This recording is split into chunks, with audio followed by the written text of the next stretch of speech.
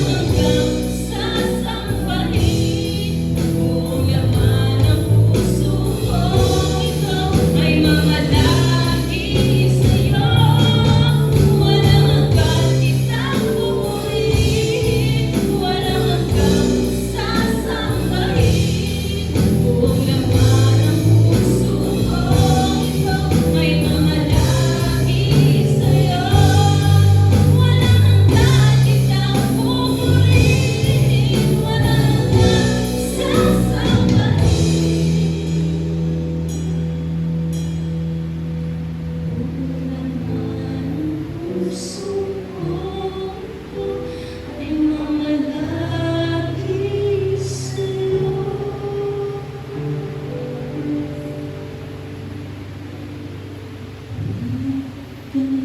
Kita pupurihin, walang sasambahin. Ang laman puso ko ay mamalagi sa'yo. Walang hanggan kita pupurihin, walang hanggang sasambahin. Buong laman ng puso ko ay mamalagi sa'yo. Buong laman ng puso ko ito ay mamalagi sa'yo. Buong laman ng puso ko ito ay mamalagi sa'yo.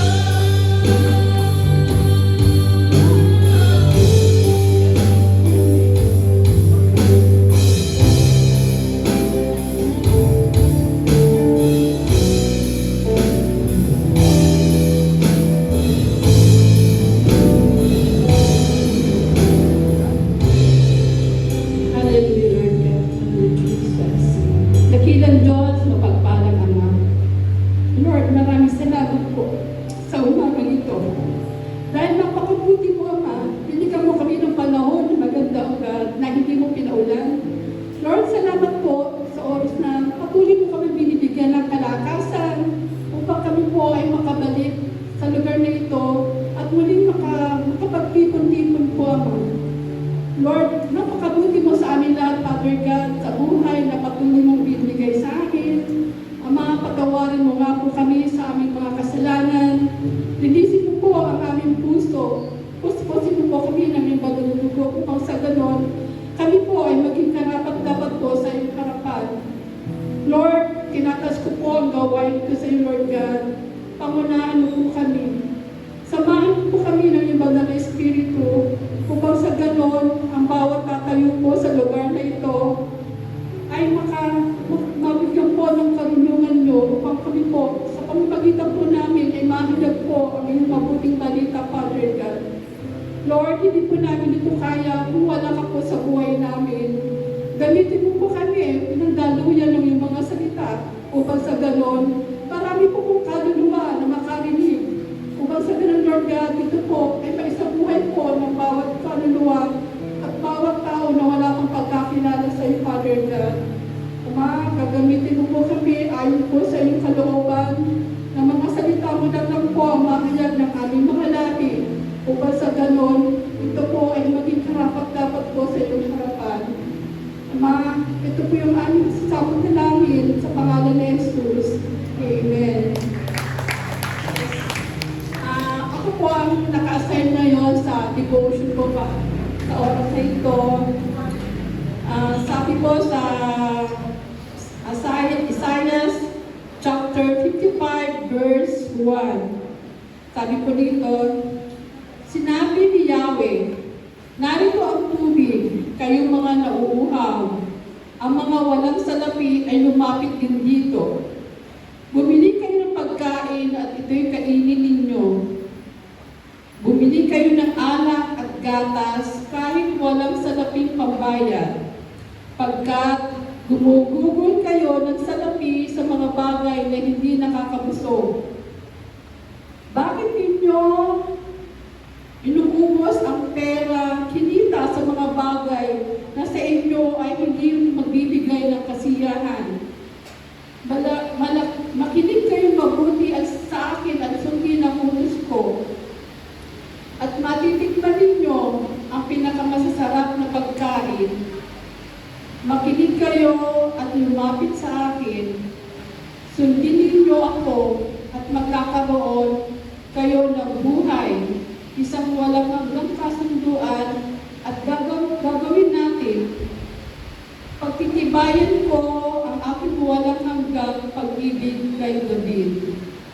Lord, salamat po sa pagkabasa ng salita. Amen. Sabi po dito sa verse 1 nga,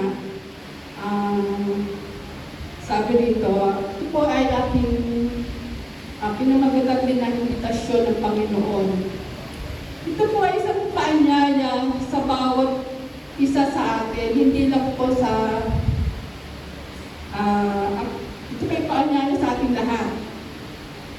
Sabi nga dito, tayo po ay inaanyayahan ng Diyos nang lahat ay lumapit sa Kanya, kayo mga nauuhaw. Sino po ba sa inyo ang hindi nauuhaw sa salita ng Diyos? Ito po ay tumutukoy hindi lamang pisikal na pagkauhaw, kundi pang-espiritual na kaligtasan po ng bawat isa. Sabi nga dito sa salita ng Panginoon, hindi na po nabubuhay talaga ang tao nang wala po sa pagka-uhaw sa salita ng Diyos. Minsan po, kahit na ano pong dami ng pera natin, di po ba ay talaga pong pagkulang po sa panampalataya, manghihina po talaga tayo. Sabi nga po ng Panginoon ay dahil ang kaligtasan ng kanyang pag-ibig, ikaloob sa pamamagitan ng kanyang mga biyaya. Ang po rito ay hindi kailangan talapidahin ang biyaya ng Diyos na kaligtasan ay libre at walang bayad. Dahil ang pangako na sino man na sumasampalataya ay magkakaroon po ng buhay na walang hanggan. Ito po talagang pinapaunawa ng Diyos sa atin na lumapit tayo sa Diyos. Tayo pong mga nauuhaw, di ba? Kasi minsan po, kapag hindi tayo lumapit, hindi po natin kakayanin. Yung iba nga po, para lang maging masaya, ginagawa nila yung mga bagay na hindi dapat. Kumbaga, yung inner na pagkukulang natin sa loob, akala nila makukuha ng mga bagay na magpapasaya sa atin. Minsan ka po, kahit maraming ko lang ano, minsan ako po dumarang ng mga kalungkutan. Ang gagawin ko pupunta ako sa mall, hindi naman mga bagay na makakapagpasaya sa akin. Pero minsan, pag uwi ko sa bahay, parang ayusin ko, bakit ko ba binili ito? Sayang lang yung pera. Pero hindi pala sa bagay na yun tayo sa masasayahan. Kundi sa mga salita po ng Diyos, tayo po ay magpatuloy. Diba? Sabi nga po, lumapit tayo sa Panginoon na talagang yun po yung magpapalakas sa atin, sa bawat isa sa atin. Hindi po natin kailangan ng mga pangmaterial na bagay, yung mga pagkakabalahan natin sa buhay. Kasama din po, pero talagang mahalaga po talaga ang paglapit natin sa Panginoon. So first of all, bakit pa bumubugol tayo ng sarapin sa mga bagay na hindi nakakabusog at hindi nagbibigay ng kasiyahan? Ito po yung mga pinagkakabalahan po ng karamihan sa atin, di ba? So sabi nga, pinapaalala sa atin ng Diyos na maraming bagay sa mundo ang ating hinahabol. Di ba yung kayamanan, tagumpay, yung mga trabaho natin, ngunit hindi ito ang makakapuno ng ating puso. Diba? Ang Diyos lang ang makakapagbigay ng tunay na pangmatagalang kasiyahan at nagbibigay ng buhay na walang hanggan. At ang pangako pa ng Diyos dito ay kapag tayo ay nakikinig, sumunod sa salita ng Diyos, mararanasan po natin ang sabi nga po dito sa verse, pinakamasasarap na pagkain. Ito po yung biyaya sa atin ng Diyos na buhay na walang hanggan.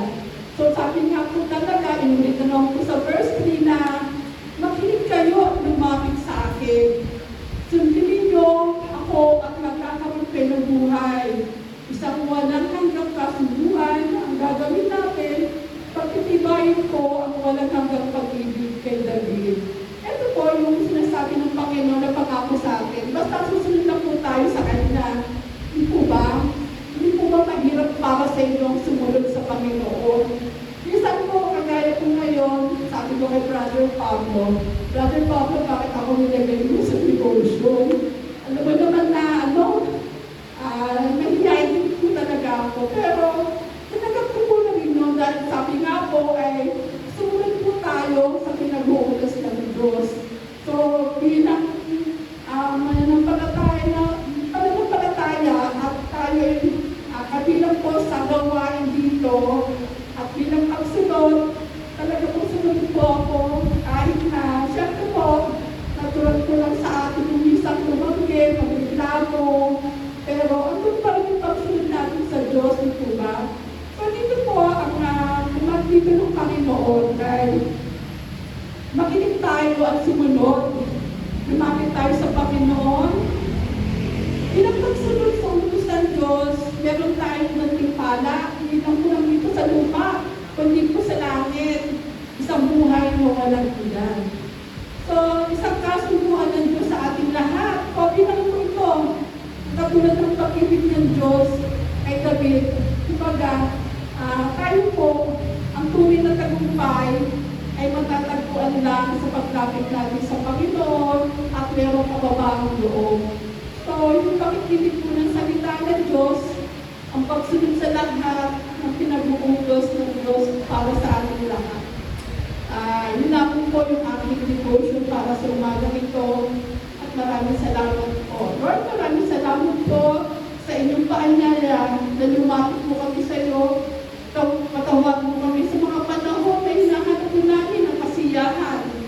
Sa mga bagay na hindi naman na nakakapawi ng uhaw at hindi makakabusog. At hindi makakabusog yung aming kaluluwa. Tuwaro po kami magtiwala sa iyo, makinig sa iyong salita, at sumunod sa iyong mga utos. Nawa po yung matagpuan namin at tunay na kapayapaan, kagalakan ng iyong presensya. Ito po yung aking sample namin sa pangalan ni Jesus. Amen.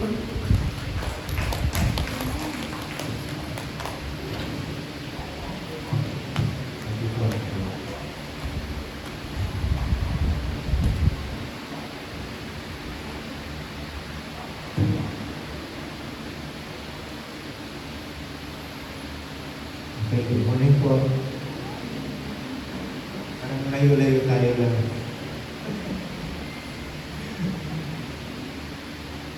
Minsan hindi po ako nasasanay na yung mga tinuturuan o nakikinig ng Panginoon sa salita ng Panginoon ay layo-layo. May naglilinis, may nag-uusap. Pero po ako pinagalitan kahapon actually regarding sa pagtuturo. Kasi nakita ko habang ako'y nagtuturo, actually hindi ako po yun. Habang tinuturuan po tayo ng salita ng ating Panginoong Diyos, we should have all the ears na makinig, magkaroon ng yung tamang attention, pakikinig kasi napaka-importante. Habang ako nagtuturo, labasan, daanan, hanggang sa nawala ako sa focus, sabi ko, kung hindi po tayo interesado sa salita ng Panginoon, itigil na po natin ito. Yun po yung nabanggit ko. Kasi hindi magkakaroon ng katuparan yung salita ng ating Panginoong Diyos kung tayo mismo walang interes. And I urge everyone na sana during our devotion, kasi every Sunday lagi na lang po ganito, na lagi tayong busy during our devotion and preparation. Nawa, lahat po tayo maging aware. Okay, kasi kung napalagpas po natin ang ating Panginoon sa kanyang sasabihin, para po sa atin ito lahat, hindi lang naman po ito binabanggit lang ang tumatayo dito para masabi lang. But because God is speaking, first of all, kailangan natin magbigay ng reverence. Ano po yan sa atin? Ano po? So dito po sa sinasabi ng Isaiah, ang nakita ko po dito bilang karagdagan po kay Ate Flor, it is an invitation. It is an invitation sa atin. Kaya naumpisahan ko, sabi nga dito, sa simula pa lang ng sinabi, lumapit kayo. Lumapit daw po tayo. Hindi yung matakot-takot po tayo, layo po natin. So lumapit is a sign of yung, alam niyo yung yung kapag tayo tinawag, ano yung gagawin po natin? It's an act of obedience, yung paglapit. Amen po. It's an act of obedience kasi may sasabihin ng ating Panginoong Diyos. Yung gracious offer ng ating Panginoong Diyos kapag hindi tayo lumapit, for sure, hindi natin makukuha. It is an invitation for everyone na lagi kapag ang ating Panginoong Diyos nagsasalita, kailangan talaga nating lumapit. Pag hindi tayo lumapit, ibig sabihin, hindi natin kailangan ng ating Panginoong Diyos. Hindi natin binibigyan ng importansya yung kanyang sasabihin. It is a satisfaction sa bawat isa sa atin. Narinig po natin, it's all about kung ano ba yung ibibigay ng ating Panginoong Diyos, lalong-lalo na sa araw na ito. Sa araw na ito. At wag po natin palapasin that everyone are urged to come for free spiritual food. Ito po yun, wala pong bayad ang binibigay, pinaparating ng ating Panginoong Diyos sa oras na ito without payment, free. Kaya madalas hindi natin natatanggap yung mga spiritual food kasi hindi po tayo lumalapit. Ito po yung katotohanan.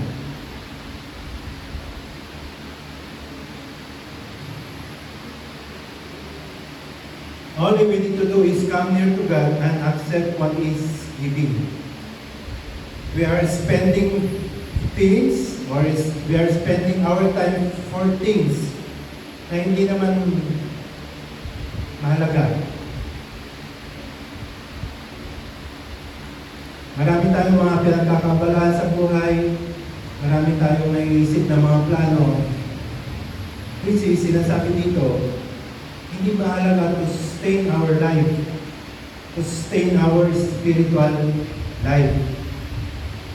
Na-sustain lang yung flesh, yung kagustuhan natin sa araw-araw ng ating buhay.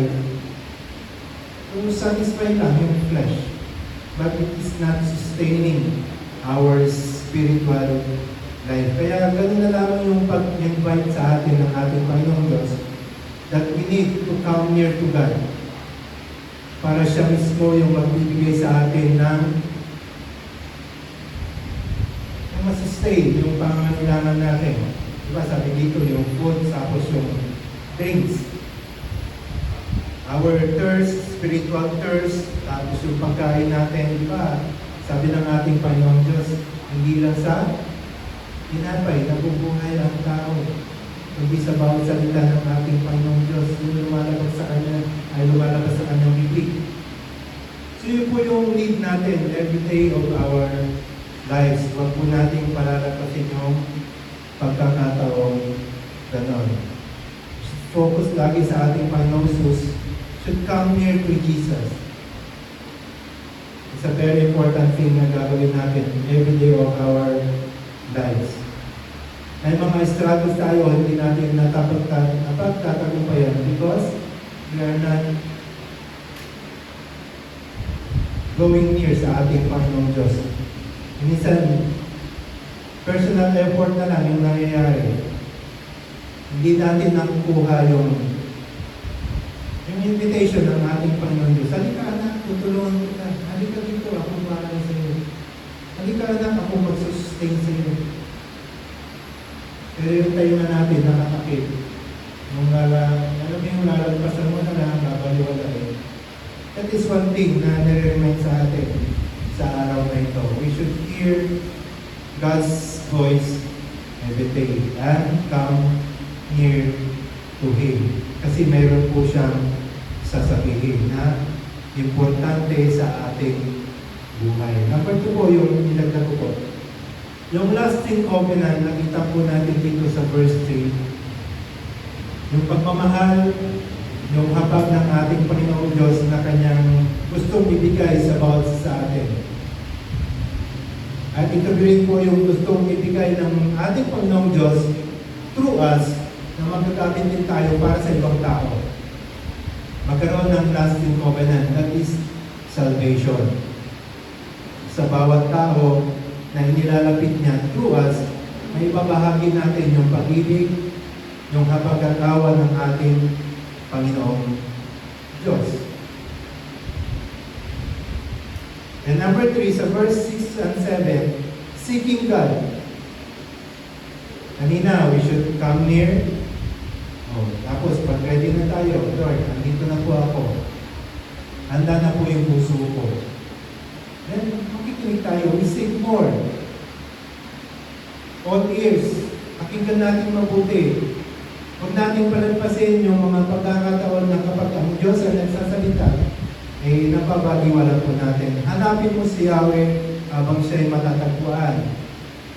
Pray to Him while He is near. Ito po yung sinasabi ng ating Panginoong Diyos. Sino daw hanapin natin? Si Yahweh. Wala nang iba.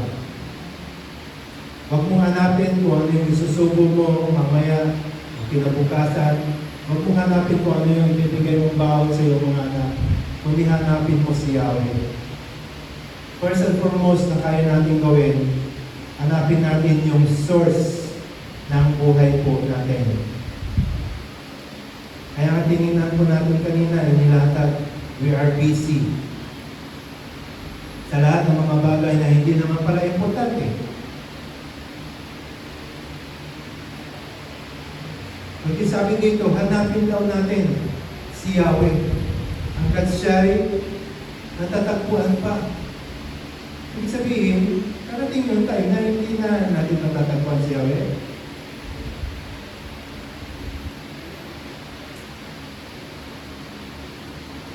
Habang siya natatagpuan, sabi po dito, while He is near.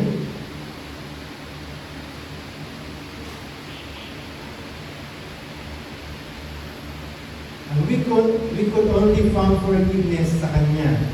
Sa lahat ng mga pagkakamali natin, kanino tayo magsusumbong, kanino tayo lalapit, kanino tayo magsasabi para tayo ay magpalinis. Because our spiritual life is napaka-importante sa ating Panginoong Diyos. Kailangan nating lumapit sa Kanya, humingi ng tawad, magpalinis sa Kanya, to ask for forgiveness. Parang relasyon ng magulang sa mga anak. Sino unang lumalapit? Yung mga magulang, naghihintay na lang na lumapit ang mga anak. Pero ngayon, baliktad na. Mas lumalapit pa yung mga magulang sa mga anak. Ganun din ang ating Panginoon Diyos. Siya na mismo yung lumalapit sa atin. Pero tayo, ang layo pa rin. Ayaw natin lumapit sa Kanya.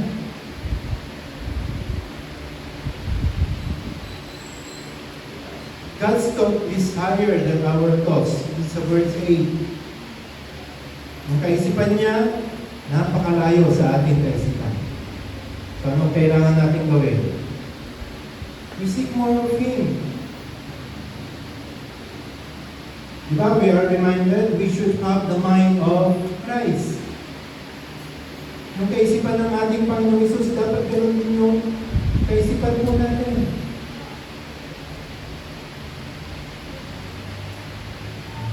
His ways is not like our ways. Ang kapamaraanan niya, hindi kagaya ng mga kapamaraanan po natin. Yung kapamaraanan po natin, saglit lang.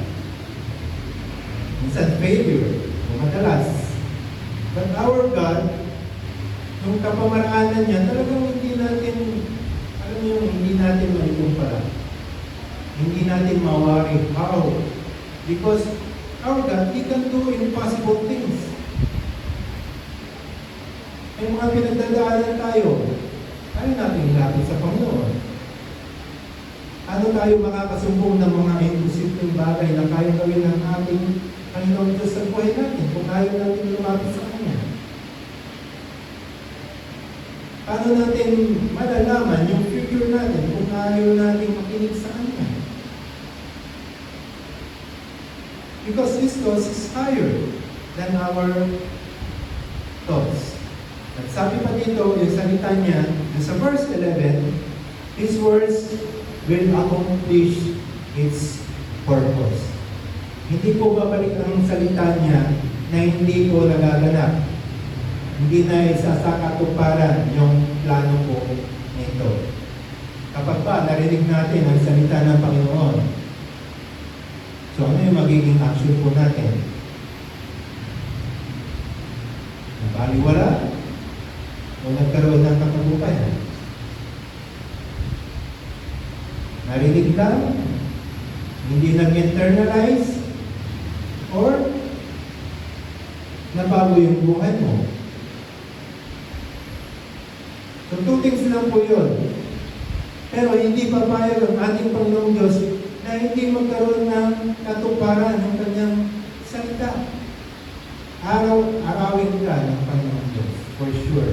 Sa mga hindi po natin na pagtatagumpayan, ng mga struggles pa natin sa buhay, arawin po tayo ng ating Panginoong Diyos. Hanggang sa magkaroon ng katuparan yung kanyang salita sa ating buhay. Hindi po tayo makakatakas sa ating Panginoong Diyos. Tandaan po natin yan. Susundan at susundan po tayo. Hanggang sa hindi po tayo magbago, hanggang sa hindi po tayo mabago. Una, sa ating pananaw, sa ating puso, sa ating kilos at gawa. Ano po? So yun po yung short message from Isaiah 55 na dumating po sa akin. At sa lahat po ng mga tatayo ngayong araw, hindi ba pa?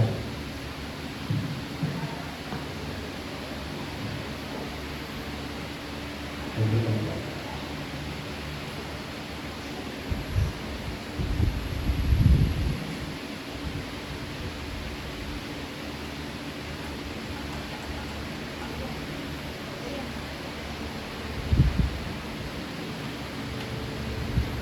Sa incubation po natin, yung naging sounding po natin si Sister Jessica.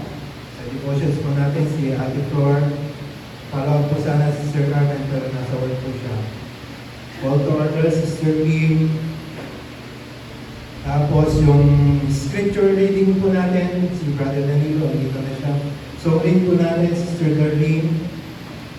Then open in prayer, Brother Ed.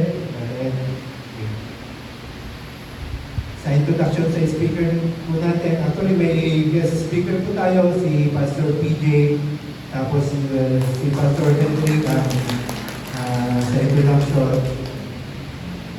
And sa prayer box, si Brother MJ, dito na ba siya? Okay. Announcement, Sister Kim, tithes and offering, Sister Lori. And sa declaration of faith, si Pastor Henry. Intercessor, Sister Maylene, Sister Eileen. That's it.